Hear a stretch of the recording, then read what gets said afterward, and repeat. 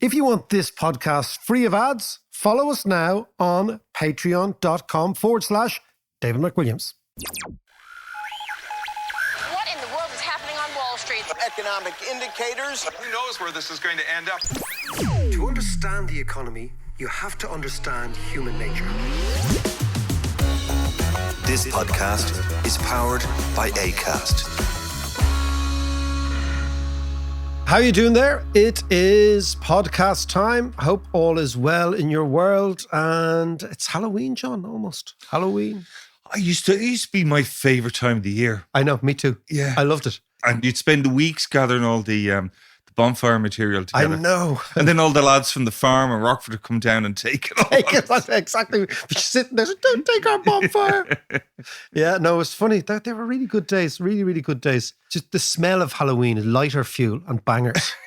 That's right. Sparklers. And bangers and all.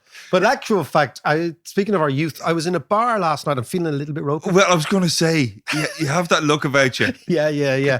I was led astray. Speaking of our youth, I was in a bar that you and I had our first pint in. Oh? The Lord hang on. Edward.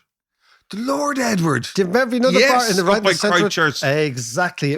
Gorgeous little bar. They served us when we were about 15. That's right. Yeah. And we went in. I said, I swear to God, that's when we were connoisseurs of Guinness. This is a fine pint. Yeah, exactly. Had no notion. You know that in Guinness people actually tap a coin in Guinness. What's that about? What? I don't know. Our lads do that. You get a pint and they tap a coin, and as if there's a certain dullness of the sound. What? The pint is ready. You ever seen that? Never heard that before. That's something. Anyway, I was in the Lord Edward. I thought it was a great boozer. I was at Lucy's gig in Vickers Street, which went really well. And then we came out and just decided to go for one there. And I just remember it's such a lovely pub. It really, really is. And we were annoyed. It's still got that smell. Do you know, I always thought it was really interesting when they banned smoking in pubs. The problem for a lot of the old pubs was the smell of the humans. The smoke used to mask the smell of humanity. Exactly. Piss and damp and all sorts.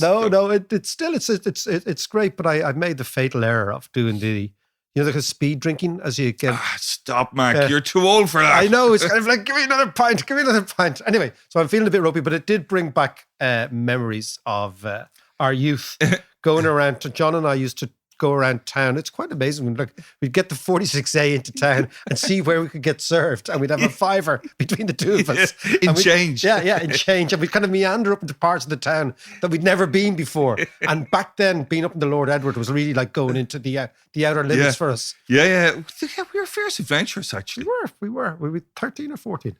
Yeah, it would have been... Very young. Yeah. Very young. Yeah. Anyway, enough of that. You can all, if you're listening, you can reminisce on what were you doing as a 13 or 14-year-old? What sort of places were you hanging out, not telling your ma, of course. What have you been reading this week? I tell you, I've been reading. I'm worried about money and inflation at the moment. Come on. But get it off your chest. I will get it off my chest. And we will talk about inflation because there's a significant cleavage emerging in economics and financial markets and policy making and everything about whether inflation is coming back. And if it is coming back, what does it mean for the world? But I was reading something about the origins. I like the origins, right? Indeed.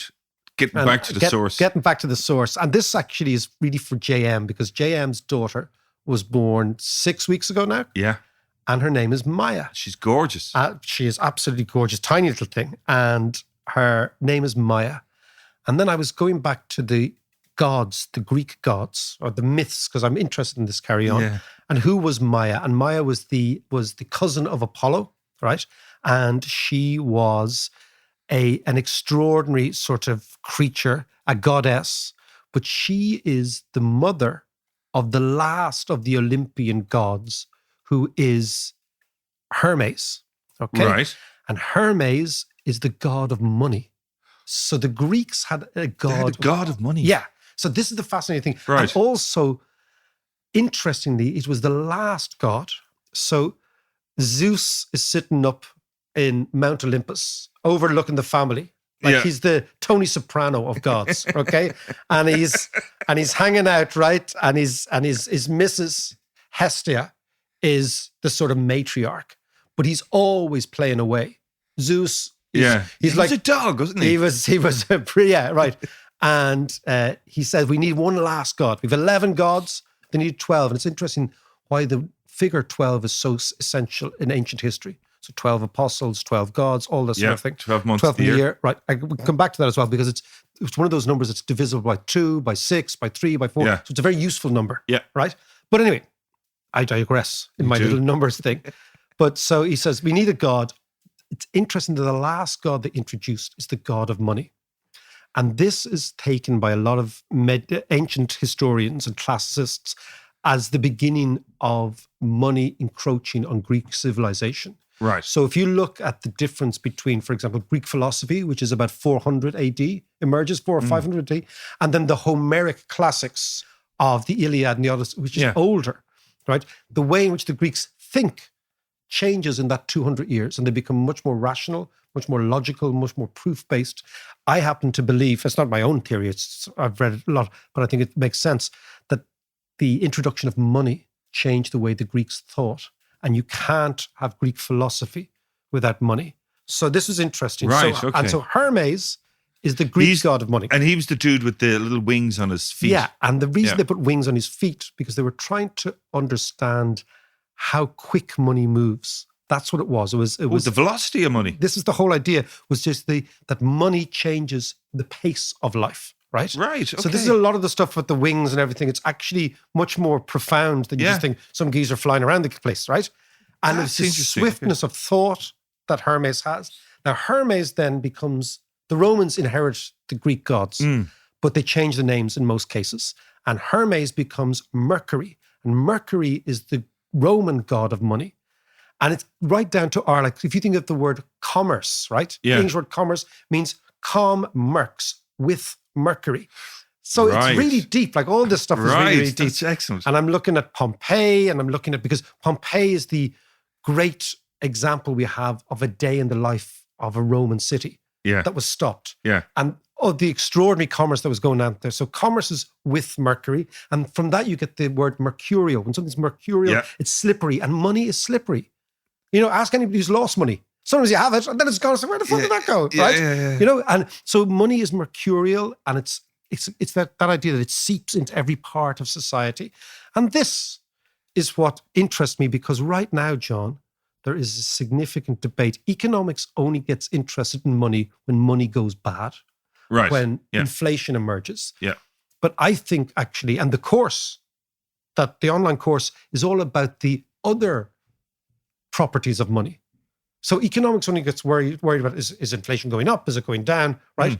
But I'm much more interested in money when it's not going bad, when it's going well, and how it changes our minds and how it changes the way we think about the world. Right. But in actual fact, economists and the global economy and financial markets right now are only worried about one question, which is whether inflation is coming back. And that's what I want to discuss in the next few minutes. But Mike, like where inflation seems to be happening most, or it's most obvious now, is in the whole energy side of things, you know.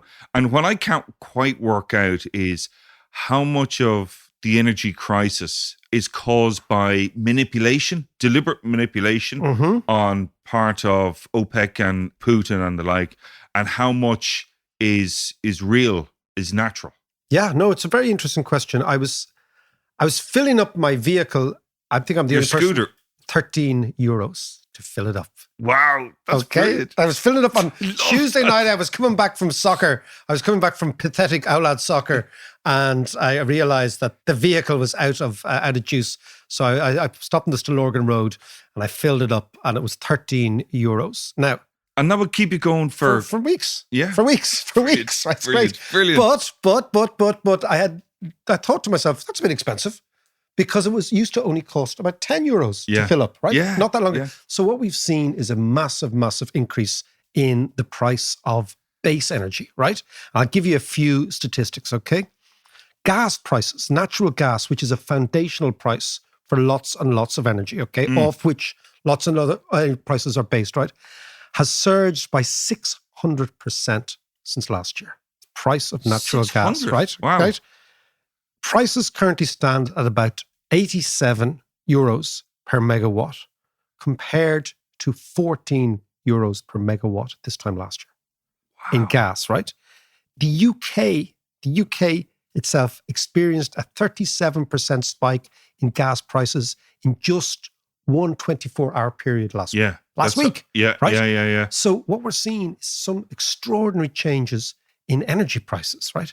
Now, there's a variety of reasons for this, but those reasons won't necessarily go away. Now, the reason this feeds into inflation is a thing called cost push inflation.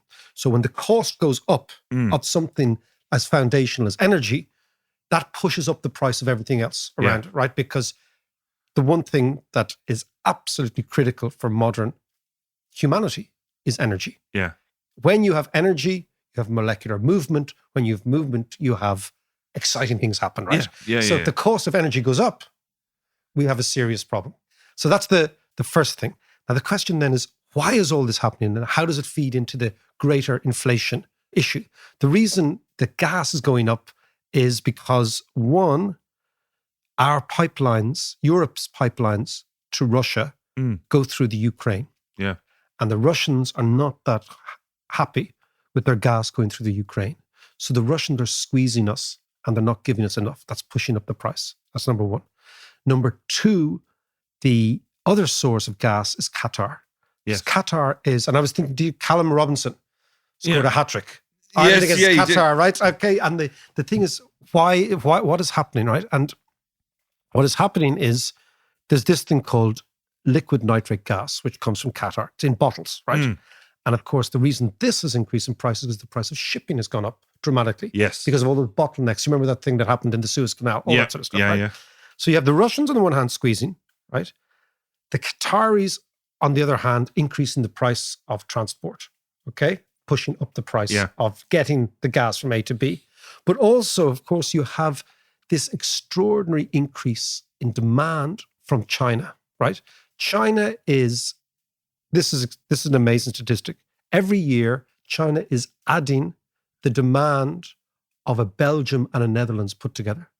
Wow. Right? And the Netherlands brings us to the fact the Dutch, and the Dutch are the biggest producers of gas in Europe.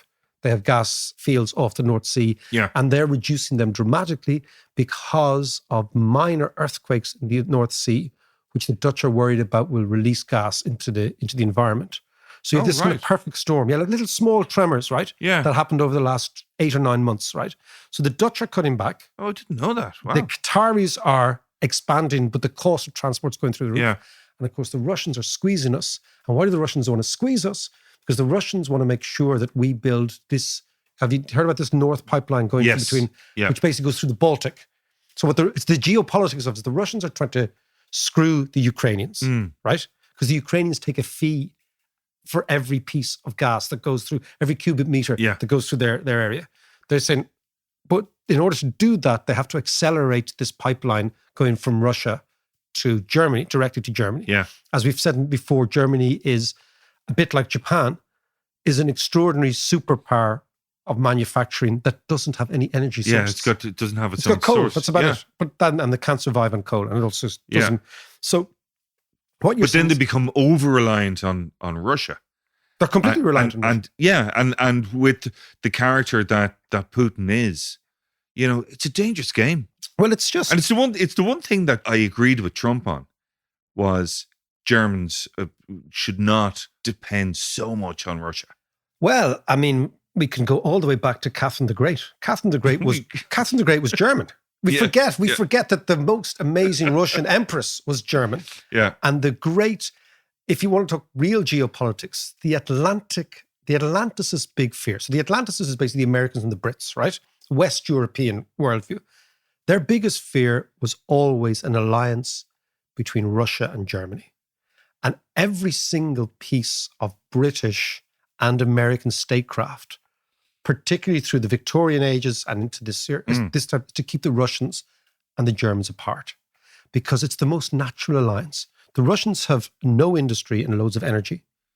Yes. And the Germans have no energy and loads of yeah. industry. So it makes complete sense for those two countries to be allied. And that's why when Ribbentrop and Molotov had their alliance in 1939, that was the one that really, when Stalin and Hitler said, "Do you know what, we're on the same side," Yeah. which they did for a few months, right? Yeah. Carved up Poland. That was the one that really freaked out the West, because suddenly you have these two superpowers together in the European landmass. But we digress. We digress. Again. We digress. Come back to inflation. So therefore, in the inflation argument are two camps. One is that, don't worry, it's all transitory. This is all about the fact that the economy is just recovering from the pandemic. Yeah. There is no real ability of pricing power to push up prices profoundly, and it'll all settle down. Yeah. We've been kind of taking that line. view. And I suppose that's quite ideological. That's a slightly centrist, maybe left of center view. Yeah. Not left of center, but more. A bit of wishful thinking in there. It's more because in order for Joe Biden and other people who believe that inequality is too great, and other people who believe that public investment is going to help people, and people who believe that public infrastructure is important, public housing, all that stuff that I believe in, you don't want to be ambushed or mugged by inflation. So the big fear is that those great projects, those big visionary projects, which will use the bond market to fix things, and we can do things, and there's not just a problem of money, there's a problem of vision. That idea will get mugged by inflation if inflation comes through, because what will happen is the central banks will react to inflation by jacking up interest rates, driving up the cost of dreams and visions. And suddenly those visions smash into the reality of more expensive money. That is why people of my bent are kind of biased towards, we all got biases. Don't worry, it'll be transitory, right? On the other hand, you have the more right-wing view, the less status view, the more view that was prevailed over the last 40 years all over the West, which is that inflation and the threat of inflation is just around the corner. The central bank is behind the curve. The Fed is facilitating this. And very, very soon, what you will find is that expectations of inflation will rise. And as expectations of inflation rise, you will go from manageable low rates of inflation to moderate rates of inflation, and then suddenly surge to hyperinflation. Yeah. Right? So it's probably worth us teasing out these. Yeah, absolutely. So are you saying then that the upshot, depending on which camp you're in, the crucial factor is what the next move for the Fed or the ECB is? Yeah. Are they going to increase interest rates? And if so, what will that mean? Well, recessions are always the wages of inflation. You know that biblical expression that the wages... You sound like Paul McCulley now. The wages of sin is death, right? Yeah. I think I probably robbed that from Paul, right? That basically recessions are always the payback time for inflation. So if you think about the following, right? What happens is the economy starts to grow quickly, right? We all get giddy.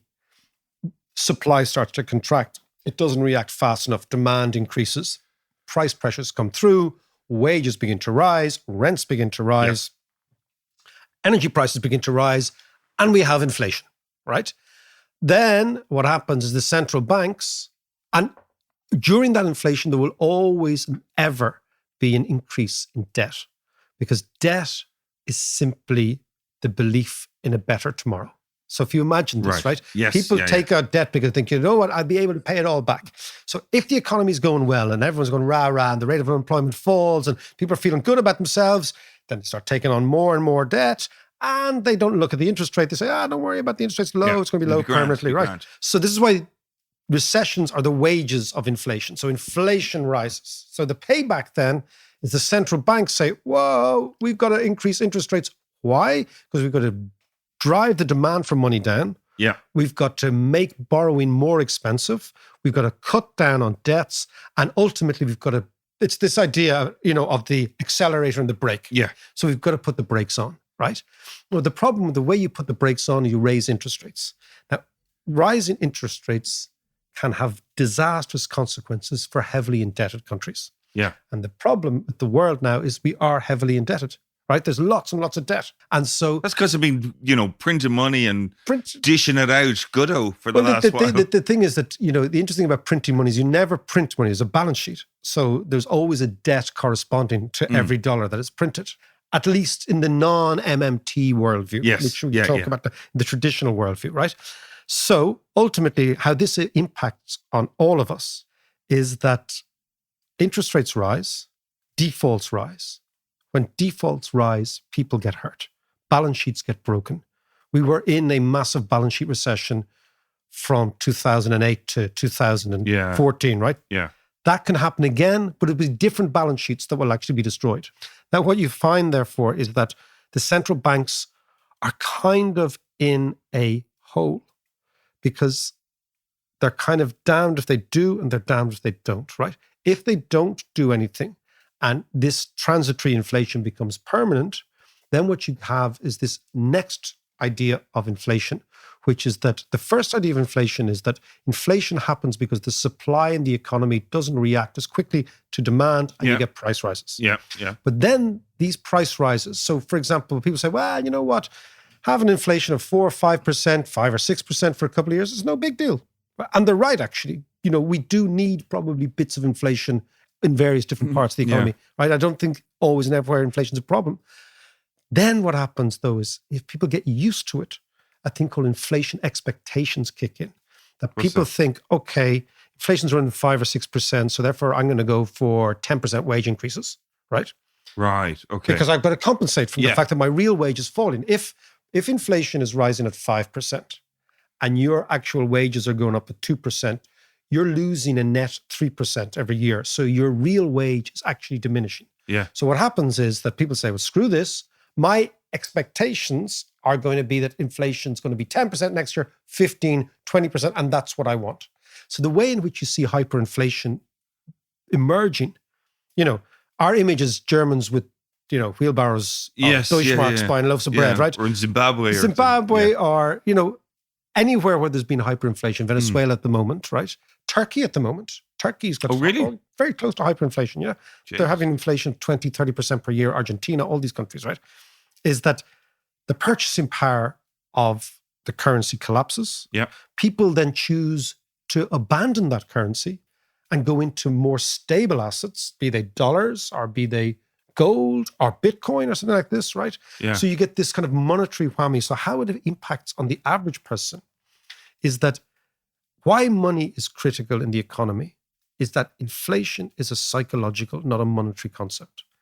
That if your monetary base becomes unstable and people cannot manage their world around stable money, it leads to complete chaos, right? Because we forget that stable money is elemental to everything we do. If you don't... It allows you to plan. It allows you to plan. It allows you to trade. It allows you to do... But not only is stable currency important, but like if that becomes unstable, then it's a whole systematic thing that begins to crumble. And this is where we get back to this idea that economics is a complex adaptive system, right? Yeah. That everything is dependent on everything else. But at the fundamental basis of monetary economics is money, right? And the fundamental promise of money is security around which you can organize society. Yeah. I think money is the most extraordinary bottom-up technology that's allowed us to organize society. So then you see what happens to societies that go from low inflation to moderate inflation. Lots of people say, don't worry, it's going to transitory, it'll be okay. And that morphs into fear about the future, that morphs into hyperinflation. And suddenly you're in a situation like a country like Turkey, because Venezuela is an extreme example, right? A country like Turkey is a country where, I'll give you an example, the lira to the dollar is now, it was, when I first went to Turkey, I went to Turkey about 5 years ago, it was 1 lira 60 to the dollar. Yes. It's now 9 liras to the dollar. So the currency is collapsing. What has happened there? Well, what has basically happened is exactly this, that Erdogan has tried to keep a growth miracle going. So in the first part of Erdogan's premiership, it was actually an amazing growth period for Turkey, right? Yeah. But what they've tried to do is they've tried to, so we come back to the idea of inflation, the recession being the wages of inflation. So Turkey grows very, very quickly, has a massive current account deficit. So it's absorbing in. The Turks are spending like hell, right? Yeah. They're absorbing in capital. They're going into debt, going into more and more and more debt, right? Qatar, our friends, are actually financing a huge amount of the current account deficit, right? Yeah. And that's for geostrategic reasons, Yeah. right? Because Qatar needs Turkey because Turkey needs Qatar. So Turkey needs Qatar for money and Qatar needs Turkey for influence. Yeah. Because Turkey's a huge country. It's a massive power, right? But all the while, the currency is getting more and more undervalued and are losing its value. And the reason it's losing its values is because if you're running a huge current account deficit, Yeah. you're actually demanding foreign currency more than your own currency. So foreign currency's price goes up, is the dollar, Yeah. and your own currency's price goes down. Okay. So Okay. that's actually what's happening. But that was a slow process, very manageable up until maybe 2 or 3 years ago. It's now getting out of control. And very, very hard. Anything to do with COVID there? Or? No, I don't think so. I think it's just to do with endemic poor management on the part of Erdogan. It keeps firing. I think they fired their central bank chief again this week. They do that all the time. Right. And I think the Turks will end up having currency reform. They'll have a new lira. I think that... But they also spent a huge amount on... I know actually Erdogan went on a big building spree of mosques around Turkey, but they also spent a huge amount on the military, getting involved in Libya and in Syria and the whole lot. Well, it's a huge country, yeah, and it's a massive military. But I mean, what I'm saying is, Turkey is an example of a country, that went from a pretty manageable, good situation, to a pretty close to hyperinflation situation, right? And of course, what happens is when the economy cannot produce the goods that people want, they import them. And the more goods you import, the more pressure on your currency. Yeah. So you end up that Turkey begins to resemble something like Argentina, which inflation expectations are so deeply ingrained that in Argentina, you can't buy a house for pesos. You can only buy it for dollars. So everything is priced in a foreign currency. Yeah. And that's the result of many decades of inflation. So the question then is, would it be possible for a large country like the United States to experience an inflationary surge, right? And if that inflationary surge is so significant, what will be the long-term consequences? Well, now, we do have a model for this. Right. It's the transition from the 1970s to the 1980s. So in the 1970s, American inflation, actually inflation all over the world, the Western world, increased quite dramatically. Yeah. Largely sparked by the Israeli-Arab war in 73 and OPEC's reaction, jacking up prices, right? But we're having OPEC-style energy price increases right now without a war. So this is what we have to be quite aware of. Right. Right? That those increases in gas prices are real, right? What happened then was the Carter administration got itself embroiled in what they call stagflation, which is what we really don't want, which is when the economy slows and prices rise at the same time. So it's a stagnation plus inflation at the same time. Reagan gets into power in 1980. He gets this guy, Paul Volcker, who's the central bank chief. And Paul Volcker says, okay, the only thing I'm going to do is I'm going to rinse this inflation out of the system. How does he do it? He jacks up interest rates. How high do American interest rates go? 20%. Really? American Fed funds rates were at 20% in 1981. Wow. Right? Yeah. And they destroyed inflation, but they also destroyed the economy. Yeah. So they precipitated a massive recession. All your Bruce Springsteen stuff, The River and all that stuff, was all that stuff was all written at that time. Yeah. When large American industries that had been based largely on debts and had been based on, it'll be fine and we'll increase prices and totally collapsed. So we have a model in our heads, and it's not that long ago, right? For you and I. Yeah. For the younger listeners, it's actually ancient history. I remember well. Jesus. Yeah. But we precipitated a huge recession based on destroying inflation, which the recession was the wages of the previous inflation. Could that happen again? Yes, everything can happen again, right? Do I want to happen again? Of course not. But could we be on the cusp of some hyperinflationary burst in certain countries that we never imagined possible? Absolutely. And the model is the 1970s and the consequences of the early 80s and a recession in the United States, unemployment hit 15, 16, 17%. Yeah. And the society was badly, badly corroded by that. That could happen again. You mentioned a couple of minutes ago about Bitcoin. Bitcoin is hardly a stable currency. No, but it's, for a lot of Bitcoin believers, it's an alternative to paper money. And that belief that you need an alternative has been heightened in recent years as we keep printing money. Yeah. So on Thursday, we've got Max Kaiser here, and we're going to talk to him all about Bitcoin. Now, with all that talk about money and hyperinflation, just before you go, don't forget the online course, which is Money and International Trade. It's everything that we were talking about. It's the theories, it's the practice, it's the history, it's the future. It's all that good stuff. And it's all on patreon.com/David McWilliams.